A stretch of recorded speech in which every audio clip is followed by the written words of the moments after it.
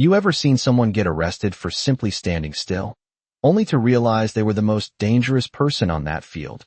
The late afternoon sun stretched long shadows across the empty baseball field, the kind of quiet suburban park where nothing ever seemed to happen, where the smell of cut grass lingered in the air and the distant hum of traffic blended into the background like white noise. And right there near the third baseline stood Angela Carter, hands loosely at her sides, posture calm, eyes scanning the field with a focus that didn't quite match the peaceful setting around her. She wasn't dressed like someone important. No badge on display, no uniform, just a simple navy jacket, dark jeans, and a pair of worn sneakers that pressed lightly into the dirt as if she had stood there longer than anyone realized. But there was something about the way she observed everything, the dugout, the bleachers, the entry gate, like she was mapping it all in her head, like she wasn't just standing there. She was studying it, memorizing it, understanding it. And then came the sound that shifted the air, tires crunching over gravel, a patrol car rolling in slow, deliberate, the kind of slow that wasn't casual but calculated, the kind that said someone had already made a decision before stepping out. Officer Daniel Brooks opened the door with a sharp motion, his boots hitting the ground with authority, shoulders squared, eyes already locked on Angela as if she had been the reason he showed up. "Ma'am," he called out, voice firm, echoing just enough across the empty field to feel heavier than it needed to be. "What exactly are you doing here?" Angela turned her head slightly, not startled, not defensive, just aware, like she had been expecting this moment long before it arrived. "Just standing," she replied, her voice even, controlled, almost too calm for the situation. Brooks let out a short breath through his nose, the kind that carried more judgment than curiosity, and within seconds another officer stepped out of the passenger's side, the two of them now closing the distance between uniform and civilian, authority and presence. "We've had reports," Brooks continued, his tone tightening, "of someone loitering around this field, causing concern." The word concern hung in the air like it meant more than it said, like it carried assumptions that didn't need to be spoken out loud. Angela's gaze didn't shift, didn't drop, didn't challenge either. It just stayed steady, locked in that quiet space between compliance and dignity. "I'm not causing any trouble," she said, and for a brief second, just a fraction of a moment, something flickered in Brooks' expression, not doubt, not hesitation, but something close to irritation, like her calmness didn't fit the script he had already written in his mind. "Turn around," he said, the words coming quicker now, sharper, shorter, the rhythm of authority speeding up. "We're going to sort this out." And as he reached for the cuffs on his belt, the metallic click broke the silence of the field, a small sound, but one that carried weight, one that turned a quiet afternoon into something else entirely. And still, Angela didn't resist, didn't argue, didn't raise her voice. She simply exhaled slowly, almost like she had seen this pattern before, like she knew exactly where it was heading. Her eyes drifting for just a second past the officers, toward the entrance of the field, where no one else seemed to notice what was unfolding, where everything still looked ordinary. But beneath that ordinary surface, something had already begun to shift, something neither officer was trained to recognize. And as the cold metal touched her wrists, Angela spoke, not loud, not urgent, but certain. "You might want to rethink this." And Brooks barely paused, because in his world, there was nothing to rethink, only procedures to follow, assumptions to confirm, and control to maintain. But what he didn't know, what neither of them understood, was that the woman they were placing in handcuffs wasn't just standing on that field. She had trained on fields like this, controlled scenarios far more complex than this, and taught people far more powerful than these officers how to take control when situations went wrong. And in that moment, as the sun dipped lower and the shadows stretched longer, the balance of power hadn't just been misread, it had been completely reversed. They just didn't know it yet. The metal cuffs settled around Angela's wrists with a quiet finality, not tight enough to hurt, but firm enough to declare control, and for a moment the entire field seemed to hold its breath as Officer Brooks guided her a few steps forward, his hand hovering near her arm, without actually touching her, as if proximity alone was enough to assert authority. The second officer lingering just behind them, scanning the empty bleachers like an audience might suddenly appear. But there was no crowd, no noise, just the soft rustle of wind brushing across the outfield grass and the faint creak of the chain-link fence shifting in the distance. And yet something about the silence felt heavier now, like it was waiting for something to break it. "You understand why we are doing this, right?" Brooks said, his voice lower now but still edged with certainty, the kind of tone that did not invite an answer so much as expect agreement. Angela did not respond immediately, her gaze drifting once more across the field, tracing the bases, the dugout, the narrow entry points, her mind moving through it all with quiet precision. And when she finally spoke, her voice carried that same steady calm. "I understand exactly what you think you are doing," she said, and there was something in the way she emphasized the word think that caused the second officer to glance at Brooks, just briefly, just enough to register a flicker of uncertainty before it disappeared again under routine.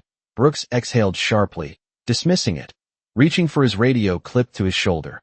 "Dispatch, we have one detained for questioning. Possible trespassing or loitering. Location is Greenfield Park, baseball field number 2. His words were clipped, efficient, practiced, but as the radio crackled back with a confirmation, another sound followed, faint at first, almost indistinguishable from static, a second voice trying to break through the channel. Urgent but partially cut off. Brooks adjusted the volume, frowning slightly. "Repeat that," he said, but the message dissolved into interference before it could fully land, and he shook his head, brushing it off as a signal issue, because in his experience, nothing important ever interrupted procedure, and procedure was already in motion. Angela shifted her weight slightly, her sneakers pressing deeper into the dirt, leaving faint impressions that would fade with the next breeze. "You might want to listen more carefully," she said quietly, not looking at him. And this time the second officer hesitated longer, his eyes flicking toward the radio again, as if something about the moment did not feel as routine as it should have. Brooks did not turn, did not slow. "We are done talking," he replied, guiding her toward the patrol car parked just beyond the dugout, its engine still idling, a low hum that filled the gaps between their footsteps. And as they moved, Angela's eyes lifted toward the entrance of the field once more, her focus sharpening, not with fear, not with resistance, but with recognition, like she had been waiting for something to align, something just beyond their awareness. And then it came, not loud, not dramatic, but unmistakable, the distant sound of another engine, deeper, heavier, approaching with a steadiness that did not belong to a casual passerby. The second officer turned his head first, squinting slightly toward the parking lot. "You expecting someone?" he asked under his breath, but Brooks did not answer, his grip tightening on routine, on control, on the assumption that nothing outside his immediate authority mattered. Yet the sound grew closer, tires rolling over gravel with deliberate weight, and for the first time since stepping onto the field, Brooks paused, just for a second, just long enough for doubt to brush against the edges of certainty. Angela finally turned her head fully toward the sound, her expression unchanged, but her eyes now fixed with quiet clarity, and she spoke again, soft, steady, undeniable. "They heard you." And somewhere beyond the fence, just out of sight, a vehicle door opened with a solid, echoing thud that carried across the empty field like the first crack in something that had been standing far too long. The sound of the door closing echoed across the field with a weight that did not belong to an ordinary arrival, and for a moment no one moved. Not Brooks, not the second officer, not even Angela, who simply stood there with her hands secured, her posture unchanged, her breathing steady as if everything unfolding was happening exactly on schedule. Brooks slowly turned his head toward the parking lot beyond the fence, his eyes narrowing slightly as he tried to place what felt different about this moment, because it was not just another vehicle, not just another interruption. There was a precision in the way it had arrived, a quiet authority that did not need to announce itself, the kind that made people notice without understanding why. "Stay here," Brooks muttered, though the words felt unnecessary the second they left his mouth, because no one was going anywhere. The second officer took a cautious step toward the fence line, peering through the metal links as the shape of a dark SUV came into view, its engine now idling with a low controlled hum, doors tinted, body clean, the kind of vehicle that did not belong to casual visitors or weekend spectators. And then the rear door opened, slow, deliberate, and a man stepped out, tall, composed, dressed in a dark suit that contrasted sharply with the casual setting of the park, his posture straight, his movements efficient, not rushed, not hesitant, just certain, like every step had already been decided before he took it. Brooks felt something shift in his chest, not fear, not yet, but a subtle awareness that the situation was no longer entirely his to define. The man approached the gate without looking at the officers first, his eyes moving directly to Angela, and when he spoke, his voice carried across the field with a calm authority that cut through the silence. "Ma'am," he said, and that single word changed everything, because it was not a question, it was not uncertainty, it was recognition.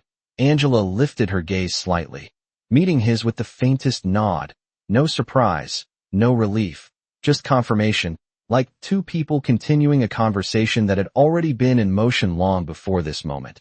Brooks stepped forward instinctively, trying to reassert control over a situation that was beginning to slip into something unfamiliar. "Sir, this area is currently under police activity. You will need to step back," he said, his voice firm but now edged with something less stable. The man did not stop, did not even slow. He reached the gate, pushed it open with a smooth motion, and stepped onto the field as if he had every right to be there, because he did. The second officer glanced at Brooks again, longer this time, the uncertainty no longer subtle. The radio on his shoulder crackling once more, louder now, clearer. Dispatch attempting to reconnect, fragments of words breaking through. "Unit at Greenfield, confirm, Federal." The message cut again. But it was enough to plant doubt, enough to disrupt the rhythm of certainty that had guided everything up to this point. Brooks felt it. Even if he did not want to acknowledge it, the man stopped a few feet away from Angela, his attention still fixed on her. "We have been trying to reach you," he said, his tone respectful, controlled, the kind of tone officers used with people above them, not beside them, not below them, above them. Angela exhaled softly, a small breath that carried more meaning than any reaction she had shown so far. "I noticed," she replied, and then, slowly, she turned her head toward Brooks, her eyes meeting his fully for the first time since the cuffs had been placed, and there was no anger there, no fear, just clarity, the kind that comes when someone understands exactly how a situation is about to unfold. Brooks opened his mouth to speak, to question, to regain footing, but before he could, the man in the suit reached into his jacket and produced a credential, holding it just long enough for the light to catch the seal, for the meaning to register without needing explanation.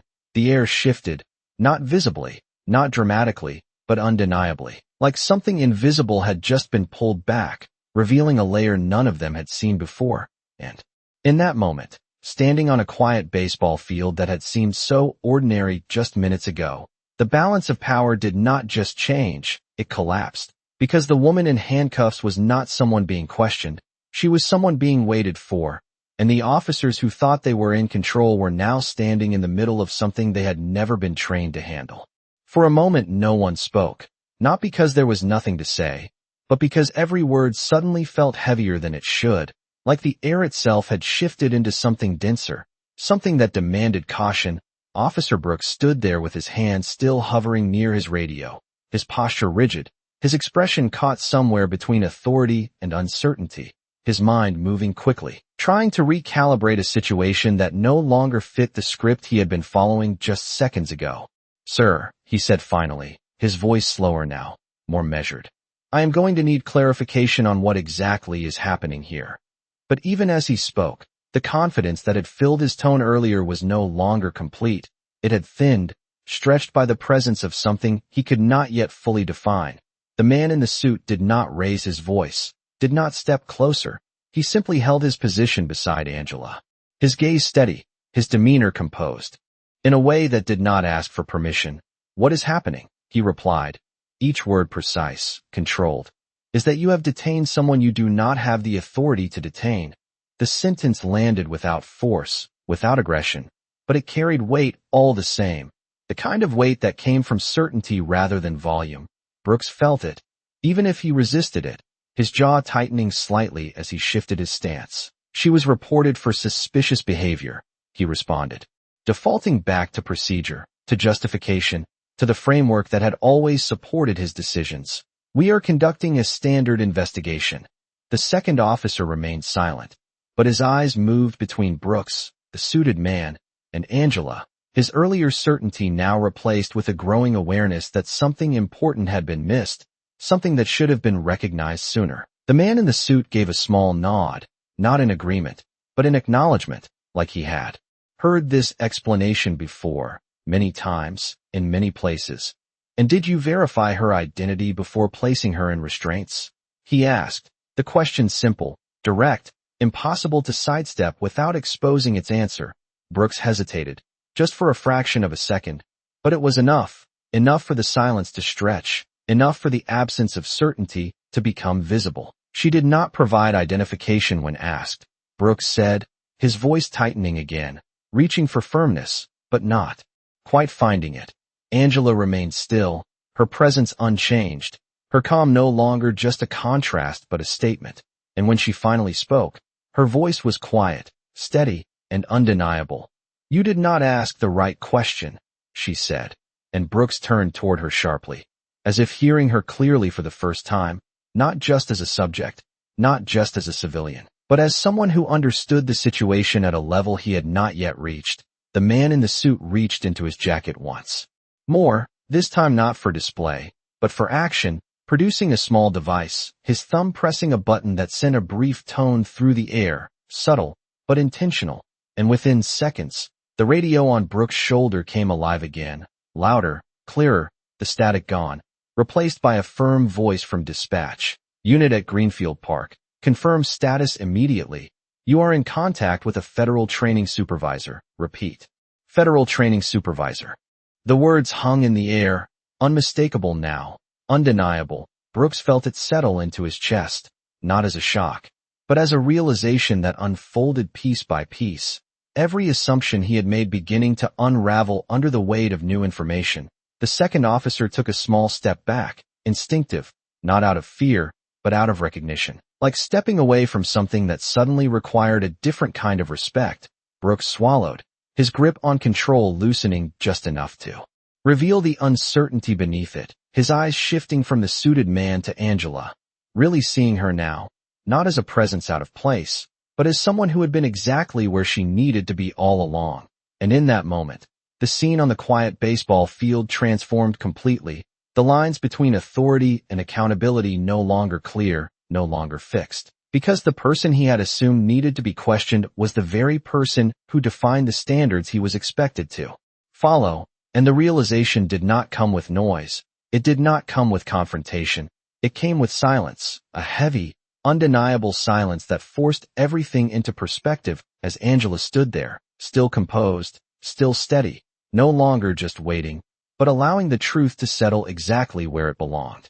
The silence did not break all at once. It shifted, slowly, like something heavy settling into place, and Officer Brooks felt it in the way his breath shortened just slightly, in the way his shoulders no longer held the same rigid certainty they had moments before, because the words from dispatch were still echoing in his mind, not loud, not dramatic, but clear enough to dismantle everything he had built his actions on. Federal Training Supervisor. The phrase repeated itself, not as a title he fully understood yet, but as a signal that the ground beneath him was no longer stable. The man in the suit lowered his hand calmly, the device now silent, his attention returning fully to Angela, not checking on her, not questioning her, simply acknowledging her presence with the kind of respect that did not need to be explained. "Ma'am," he said again, softer this time. "We should proceed." Angela gave a slight nod, her posture unchanged, her composure unshaken, as if the situation had never truly disrupted her sense of control, as if this moment had been anticipated from the very beginning. Brooks watched the exchange, something tightening in his chest, not fear, but recognition, the slow realization that he had not just misread a situation, he had misunderstood the person at the center of it entirely. "Hold on," he said, his voice cutting in, not as sharp as before, but still reaching for authority that now felt just out of reach. "No one is going anywhere until this is clarified." But even as he spoke, the structure of his command felt different, less solid, less certain. The second officer shifted beside him, no longer mirroring Brooks' stance, his weight moving back, his eyes no longer fixed on Angela as a subject, but on the unfolding dynamic he did not fully understand. The man in the suit turned his head slightly toward Brooks, his expression unchanged, calm, measured, but there was a finality in his gaze now, something that did not invite negotiation. "It has already been clarified," he said, not louder, not harsher, just definitive. Brooks opened his mouth, ready to respond, to push back, to regain footing, but the words stalled, caught between instinct and the growing awareness that the situation had moved beyond his control. And in that pause, Angela spoke again, her voice even, carrying just enough to be heard clearly. "Officer Brooks," she said, using his name for the first time, and the sound of it landed differently. Because it was not a question, not a guess, it was knowledge. Brooks felt it, the shift in dynamic becoming undeniable. "You followed a pattern," she continued, her eyes steady on his. "One you have probably repeated many times: observe, assume, act. Each word spaced, deliberate, not accusatory, not emotional, just factual. But you skipped the most important step." Brooks did not respond, not immediately, because somewhere in the space between her words and his understanding, something deeper was forming, something that was harder to dismiss than any argument.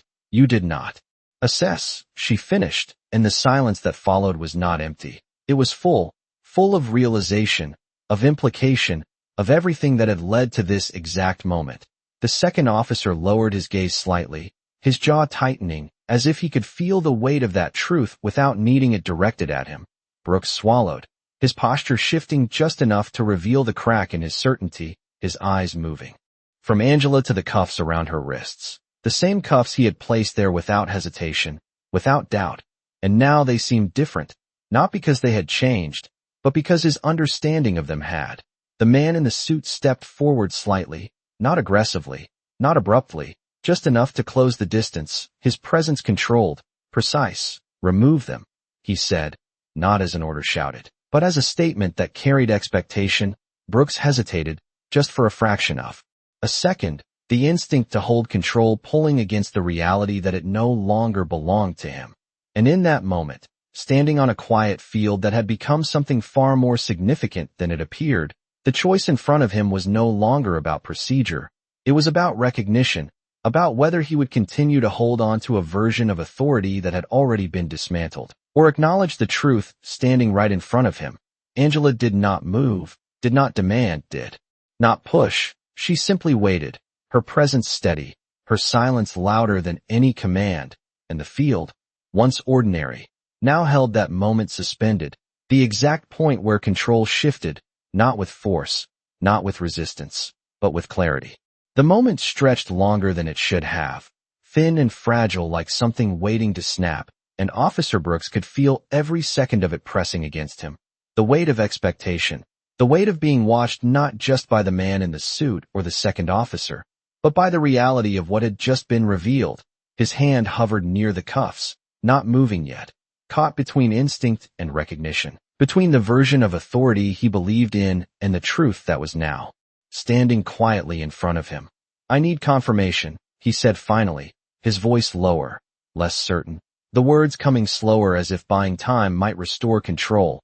But the man in the suit did not react with frustration or impatience. He simply tilted his head slightly, as if the request itself had already been anticipated. "You already received it," he replied, his tone even, and before Brooks could respond, the radio on his shoulder came alive again, this time without interference, without static, clear and direct. "Officer Brooks, stand down immediately. Repeat, stand down. You are in contact with Angela Carter, Federal Tactical Training Supervisor. Comply and release." The voice from dispatch carried authority that Brooks could not override, could not reinterpret. It was not a suggestion. It was not guidance. It was a directive. And as the words settled, something inside him shifted, not suddenly, not dramatically, but undeniably, like a structure finally giving way under pressure it could no longer hold.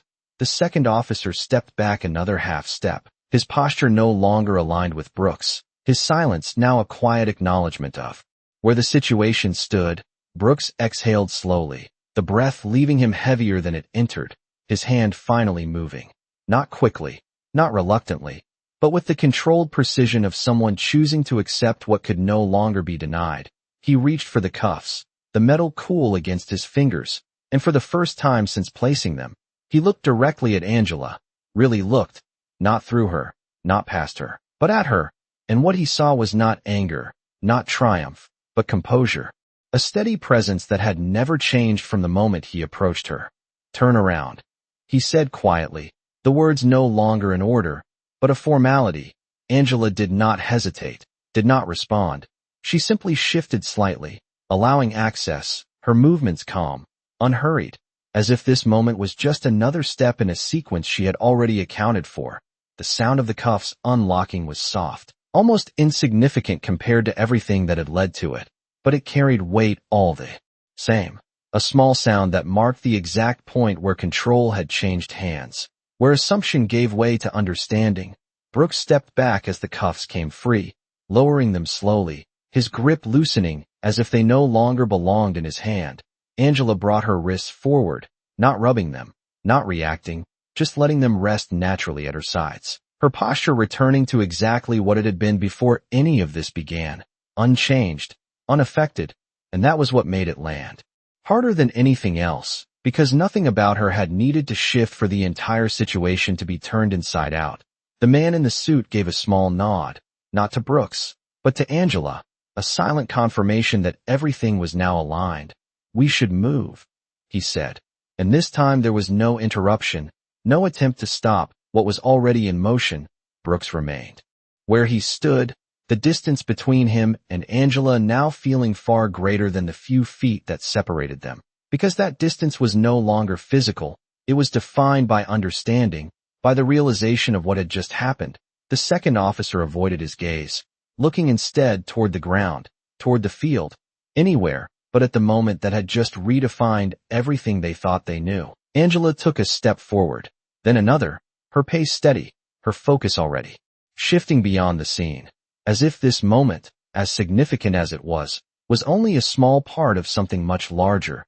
And as she passed Brooks, she paused, just briefly, not long enough to create tension, but long enough to acknowledge the moment. "Next time," she said quietly, her voice calm, "start with assessment." And then she continued walking, leaving the words behind, not as a reprimand, not as a threat, but as a truth, simple, direct, and impossible to ignore. The field fell silent. Again as the distance between them grew, the hum of the SUV engine steady in the background, the late afternoon lights stretching longer across the grass, and Brooks stood there, the cuffs still in his hand, feeling lighter than they had before, not because their weight had changed, but because everything else had. The sound of Angela's footsteps across the dirt faded into the low hum of the waiting SUV, steady and controlled, and for a brief moment it felt like the entire field exhaled with her departure, as if the tension that had filled the space was being pulled away inch by inch. But for Officer Brooks, it did not leave. It stayed, settling deeper, heavier, because now there was nothing left to focus on except the aftermath. No commands to give, no actions to justify, just the quiet echo of everything that had unfolded. He stood still, the cuffs hanging loosely in his hand, their metallic edges catching the last of the sunlight, and he realized something unsettling.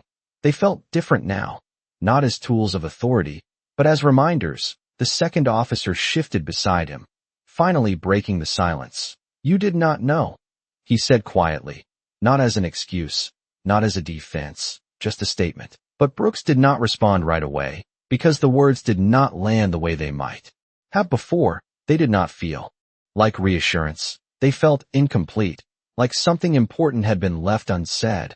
Brooks lowered his hand slowly, clipping the cuffs back onto his belt with a motion that felt more deliberate than routine, his eyes drifting toward the entrance of the field where the SUV now sat, its presence calm, unshaken, the suited man holding the door open as Angela approached. And for a brief second, Brooks noticed something he had missed before. The way the man stepped slightly aside, not out of habit, but out of respect, not forced, not exaggerated, just natural, and Angela moved past him without hesitation, her posture unchanged, her focus already beyond the field.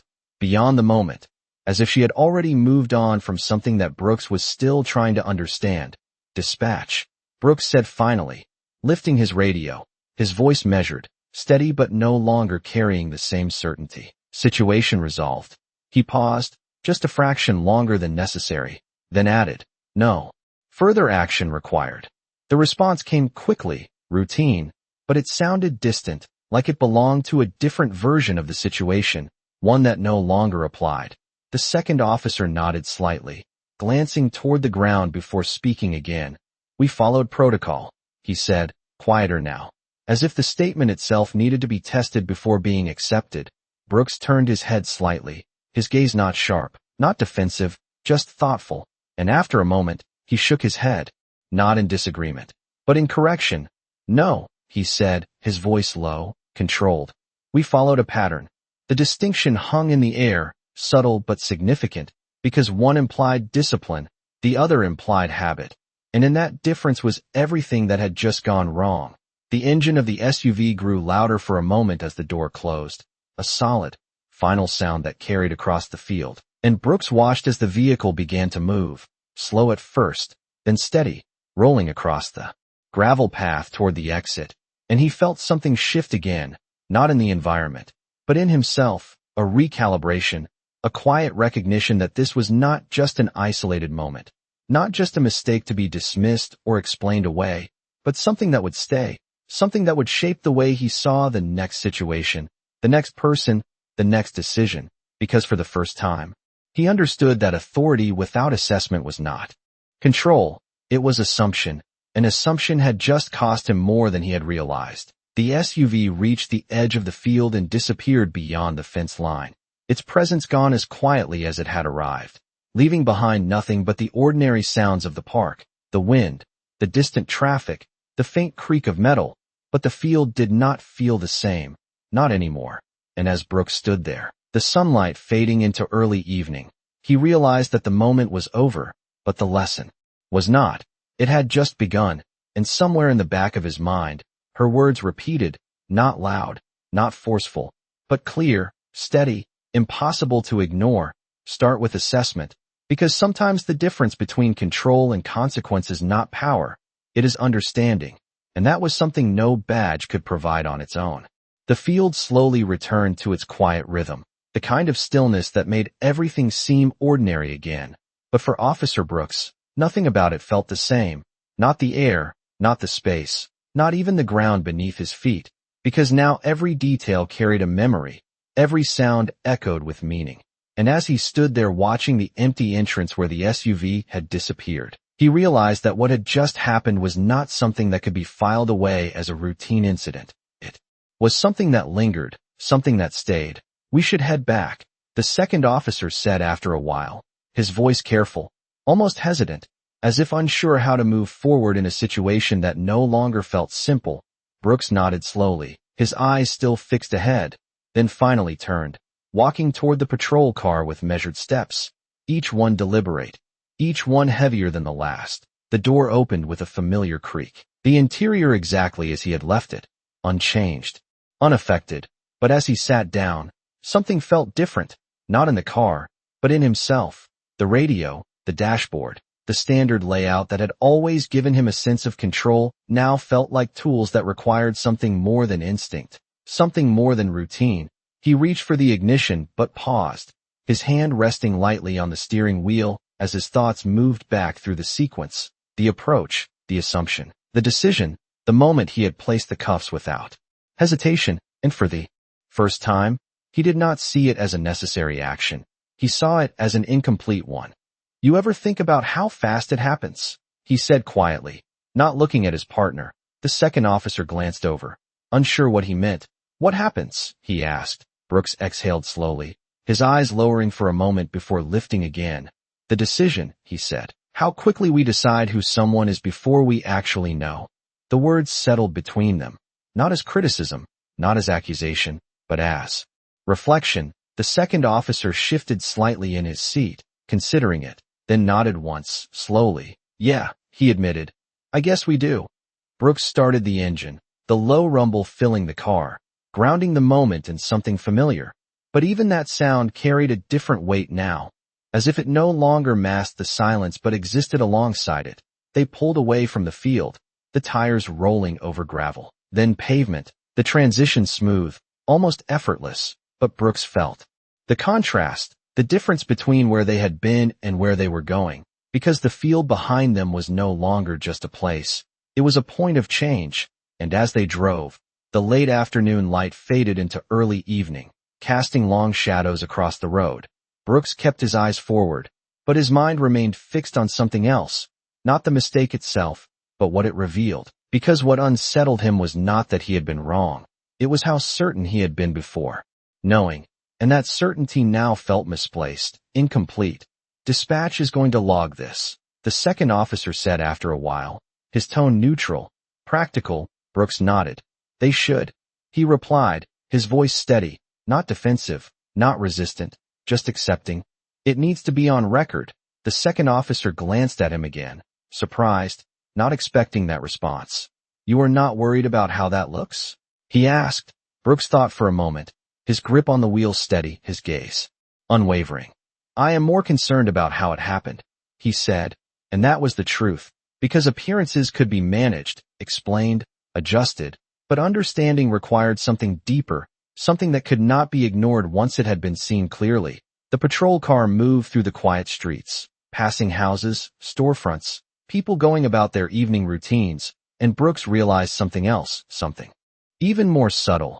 Every person they passed now felt different, not because they had changed, but because his perception of them had. The assumptions that once came quickly now paused, slowed, questioned, and that pause, that moment of hesitation, did not feel like weakness. It felt necessary, like the beginning of something more deliberate, more aware. And as the car continued down the road, the city settling into its evening rhythm, Brooks understood that what had happened on that field was not the end of a situation. It was the start of a shift, a quiet, internal shift that would follow him long after the details faded, long after the report was filed.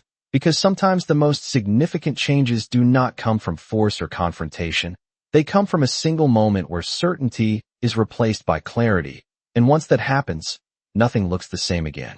The patrol car continued down the road as the last light of day faded into a dim blue dusk, the kind that softened everything it touched, streetlights flickering on one by one, casting quiet pools of light across sidewalks and empty intersections. And inside the vehicle, the silence remained, not uncomfortable, not tense, but reflective, like both men understood that something had shifted and neither of them needed to rush to define it. Officer Brooks kept his hands steady on the wheel, his eyes forward, but his thoughts moved elsewhere, back to the field, back to the moment when everything he believed about control had quietly unraveled. And as the miles passed beneath the tires, he began to understand something that had not been clear before. Authority was never meant to replace awareness. It was meant to follow it. And without that order, without that discipline, everything else became fragile, unreliable, incomplete. "You think she knew the whole time?" the second officer asked after a while, his voice low, almost thoughtful. Brooks did not answer immediately, considering the question, replaying her composure, her stillness, the way she never reacted, never resisted, never needed to. And then he nodded slightly. "Yeah," he said, his voice calm. She did not need to guess. She already knew how it would play out. The second officer leaned back slightly, absorbing that, and for a moment, neither of them spoke again. The city moving quietly around them, ordinary. Life continuing without pause, unaware of the shift that had taken place just a few miles away. But Brooks knew it. He felt it, not as a sudden change, but as something steady, something that would stay with him long after the details faded. And as they approached the station, the familiar building coming into view under the glow of overhead lights, he realized that the real weight of the moment was not in what had happened, but in what it revealed, because it showed him the gap between action and understanding, the space where mistakes were not made out of malice, but out of assumption, and that space was where everything important lived. The patrol car pulled into the lot, the engine slowing as he brought it to a stop, and for a moment, he did not move, his hands still resting on the wheel, his eyes fixed ahead, the quiet hum of the engine the only sound inside the car. "You going to write it up?" the second officer asked, breaking the stillness. Brooks nodded, his expression steady. Every detail, he said, not as a burden, not as an obligation, but as a decision, because understanding required accountability, and accountability required honesty. Even when it was uncomfortable, he turned off the engine, the sudden silence filling the space completely, and as he stepped out of the car, the night air felt cooler, sharper, like it carried a clarity that had not been there before. He closed the door behind him. The sound solid, final, but not heavy. Not anymore, because the weight he carried was different now, not the weight of being challenged, but the weight of being shown something he had not seen before. And as he walked toward the station entrance, his steps steady, his posture unchanged, his perspective was not what it had been that morning. It had shifted, quietly, deeply, and in that shift was something more valuable than control, something that could not be given by rank or reinforced by routine, something that had to be learned, moment by moment, decision by decision, because in the end, he did not lose authority that day. He discovered its limit, and in that discovery, he found something far more important, the understanding that power without awareness is not strength, it is blindness, and the moment you begin to see clearly, everything else has to change.